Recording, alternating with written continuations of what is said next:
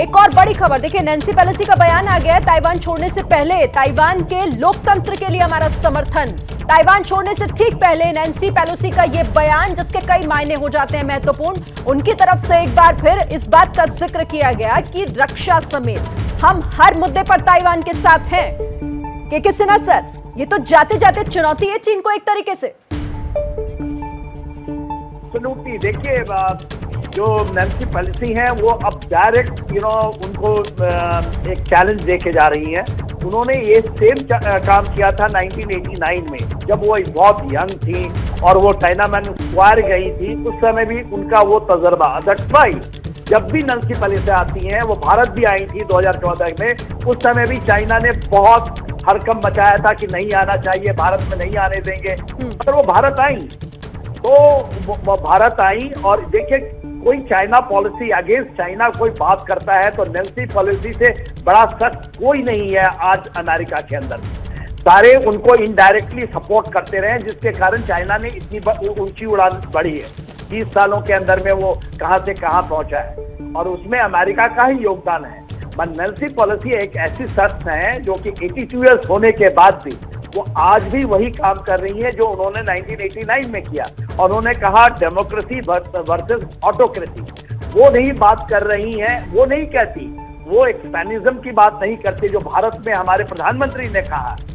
मगर अमेरिका के किसी लोगों ने भी ये बात नहीं कही है थम टोक करके कि चाइना की विस्तारवादी को हम रोकेंगे।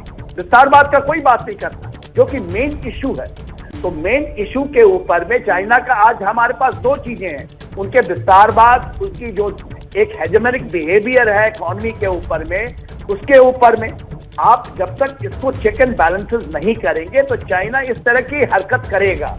मगर आने वाले समय में नैन्सी पेलोसी का यह जो विजिट है आफ्टर 25 ईयर्स, एक बहुत बड़ा चीज है। और यदि लगातार करता रहा तो इंडो पैसिफिक के अंदर में चाइना को कंटेन करना बहुत बड़ी बात नहीं है। देखिए, क्वाड, ऑकस, 5 आई, पैसिफिक इकोनॉमिक फ्रेमवर्क, ये चीजें बहुत क्विक सक्सेशन में हो रही हैं और इसका जमीन पे उतरना बहुत जरूरी है। और चाइना को भी इसका आभास हो चुका है। बिल्कुल, आप सही कह रहे हैं। और देखिए, कहीं ना कहीं ये तस्वीरें बहुत महत्वपूर्ण इसलिए भी हो जाती है, चीन को हिला देने वाली तस्वीरें हैं, क्योंकि वो रोकता रहा आने से नैन्सी पेलोसी आ गई, अब उड़ान बढ़ने से रोकना चाह रहा है। लेकिन यहाँ तो नैन्सी पेलोसी तैयार है। प्रणय, बिल्कुल शिरीन, नैन्सी पेलोसी भी तैयार हैं और साथ ही एयर ट्रैफिक को भी लगातार हम मॉनिटर कर रहे हैं। अभी जो उनका विमान है, जिसकी तस्वीर आप स्क्रीन पर देख पा रहे हैं, ये तस्वीर उस विमान की है जिससे नैन्सी पेलोसी को ताइवान से रवाना होना है। उन्हें पहुंचना है जापान और साउथ कोरिया, उनके दो अलग डेस्टिनेशन हैं इस यात्रा में, जो इंडो पैसिफिक की यात्रा में, हिंद प्रशांत के इलाके की यात्रा में वो निकली हैं। सिंगापुर से मलेशिया और मलेशिया के बाद वो ताइवान पहुंची, चीन की तमाम चेतावनियों के बाद पहुंची। और फिलहाल जो तस्वीरें इस समय देखने को मिल रही है वो ये है कि यहां से विमानों की आवाजाही का सिलसिला लगातार जारी है। यानी जो चेतावनी चीन की तरफ से दी गई थी कि इस ताइवान के एयर स्पेस का इस्तेमाल न हो, फिलहाल ऐसा नजर नहीं आ रहा है। विमान यहां से निकल रहे हैं, गुजर रहे हैं, और जो लाइव ट्रैक हम कर पा रहे हैं उसके मुताबिक ताइवान के आसपास कई विमान देखे जा सकते हैं, ताइपाई एयरपोर्ट के आसपास कई विमान देखे जा सकते हैं। और हाल ही में यहां से कुछ विमानों ने टेक ऑफ भी किया है। यानी ये विमान जो है ये एयर स्पेस एक्टिव है। और जिस तरीके से कर्नल दानवीर भी बता रहे थे, यहां से बेहद नजदीक में जो एयर स्पेस है वो चीन, वो एयर स्पेस जापान की आ जाती है। यानी आप देखें, अगर इतनी सी दूरी पर पहुंचते हैं तो ये जगह, ये यूनागुनी एयरपोर्ट जो है ये जापान का एयरपोर्ट है। यानी अगर कुछ ही दूर पे पहुंच जाती हैं तो वो जापान के एयर स्पेस में पहुंच जाएंगी। और ऐसे में जो चीन की जो तमाम चुनौती या जिस तरीके की नाकेबंदी वो लगाने की कोशिश कर रहा था, जो तस्वीरों में नजर आती है, ये देखिए, इस तरीके से एक नाकेबंदी, एक पूरा ब्लॉकेड बनाने की कोशिश की है।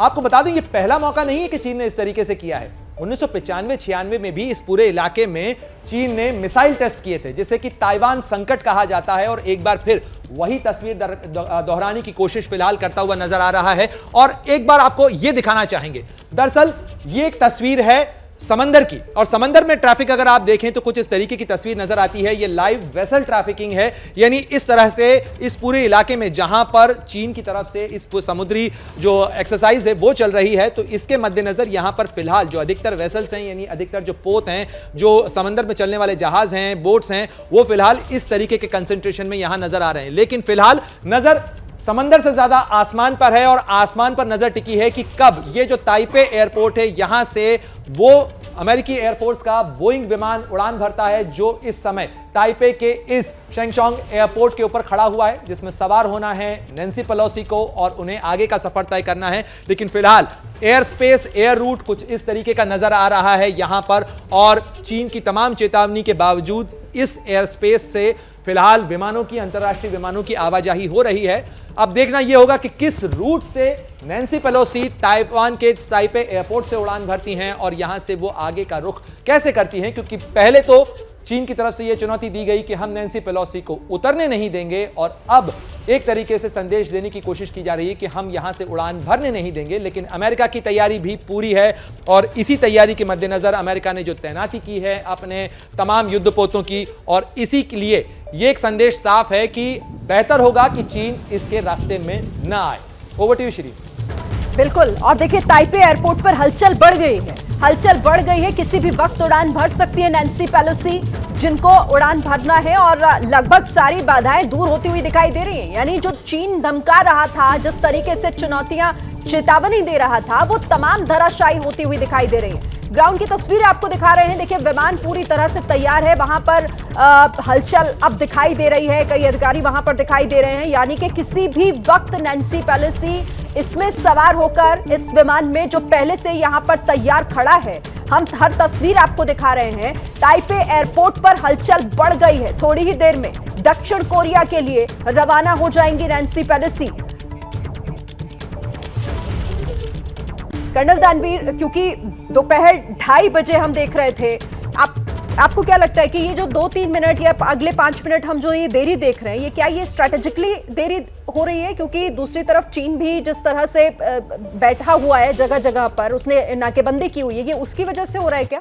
देखिए, इसमें बहुत सारी टाइंग अप चल रही होगी। अब जैसी सिचुएशन है, तनावपूर्ण स्थिति है, इसमें ये एक सिंगल जहाज उड़ के और एक जगह से दूसरी जगह नहीं जा रहा है। आपको ध्यान हो कि जब ये कल आ रही थी तब भी इनके पास, इनके चारों तरफ एक फाइटर एस्कॉर्ट चला था, शायद if I am not wrong 22 fighter aircraft का एस्कॉर्ट इनके चारों तरफ था। और एक पॉइंट के बाद में फिर ताइवानीज एयरफोर्स ने इनकी सुरक्षा अपने हाथ में ले ली थी। तो ये सारी चीज़ें हैं, तो ये सारी चीज़ें पहले आसमान में इन प्लेस, इन लोकेशन होंगी और फिर ये मूवमेंट होगा। तो मेरा कहने का मतलब ये है कि इसमें सिर्फ नैन्सी पेलोसी और ये जो जहाज़ हम देख रहे हैं स्क्रीन के ऊपर, सिर्फ इन चीज़ों का तालमेल नहीं है, इसके अंदर बहुत सारी चीज़ों का तालमेल है, जिसके अंदर फाइटर एस्कॉर्ट है, आपके नेवल शिप, नेवल वार्निंग, बहुत सारी चीजें हैं जिसके साथ में तालमेल बिठाना है।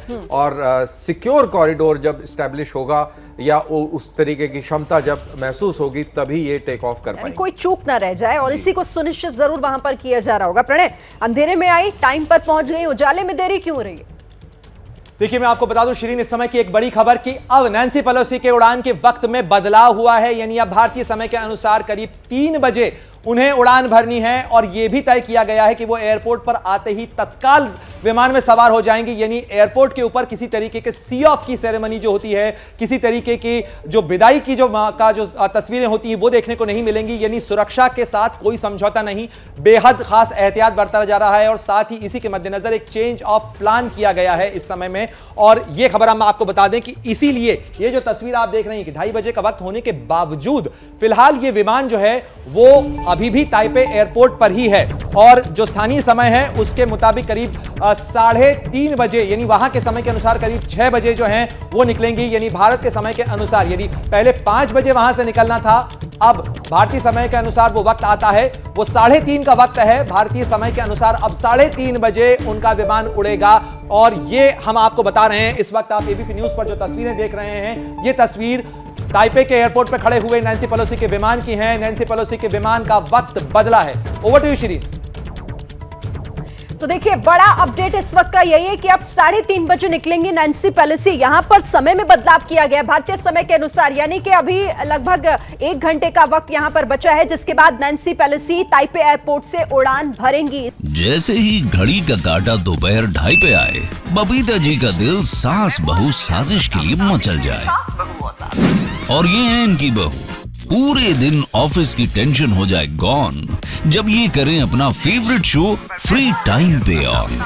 इनकी तरह आप भी देखिए अपना फेवरेट शो अपने टाइम पर और डाउनलोड कीजिए एबीपी लाइव ऐप अपने स्मार्ट टीवी पर।